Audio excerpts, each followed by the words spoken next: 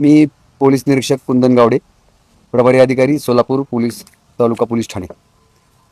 Police ठाण्याच्या हद्दीमध्ये दिनांक 15/7/2026 रोजी रात्र 9:30च्या सुमारास ॲपेक्स स्टील अँड हार्डवेअर कंपनीचे जे चालक आहेत ड्रायव्हर एजाज नबीलाल तांबोळी, हे कंपनीचे मालकांच्याकडून जे दिवसभर कलेक्शन वगैरे होती, कॅश होती, ती साधारण दिवसभराची कलेक्शन करतात आणि ते संध्याकाळी मालकांच्या घरी देतात. तर त्या दिवशी सुद्धा त्यांनी काही कॅश कलेक्शन केली होती आणि ती कॅश मालक यांच्या घरी घेऊन जाण्याकरता निघाले असता त्यांना सोलापूर हैदराबाद हायवेवरती एका पांढऱ्या एरटी कारमधून अज्ञात 3 इसमांपैकी एकाने त्यांच्यावर गोळीबारने फायर केला होता. 2 राऊंड फायर केले होते आणि जीवेनिशी ठार मारण्याच्या उद्देशाने, त्यांच्याकडे काही रोकड असलेले ती लुटण्याच्या उद्देशाने त्यांच्यावर फायर झाला होता. आणि त्यानंतर त्यांनी त्या घटनेचं गांभीर्य ओळखून जे चालक आहेत त्यांनी त्या ठिकाणी रिव्हर्स करून गाडी पुन्हा कंपनीत आले होते.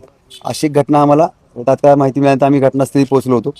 घटनेचं पूर्ण गांभीर्य समजून घेतल्यानंतर त्या ठिकाणी आम्हाला काही पुरावे हाती मिळाले.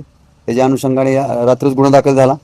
गुन्हा दाखल झाल्यानंतर स्थानिक गुन्हे अन्वेषणचे पथक तसेच पोलीस ठाण्याचे असे पथक असे टोटल मिळून माननीय पोलीस अधीक्षक श्री अतुल कुलकर्णी सर यांच्या आदेशाने आम्ही जवळपास 7 पथके तयार केले होते.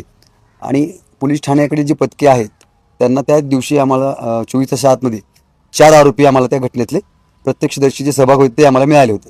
मुख्य सूत्रधार जो होता फायर केलेला व्यक्ती तो मिळून नव्हता आला, तर तोही आम्हाला काल आमच्या पोलीस जे पथक आहे त्यांना तोही आरोपी मिळून आला.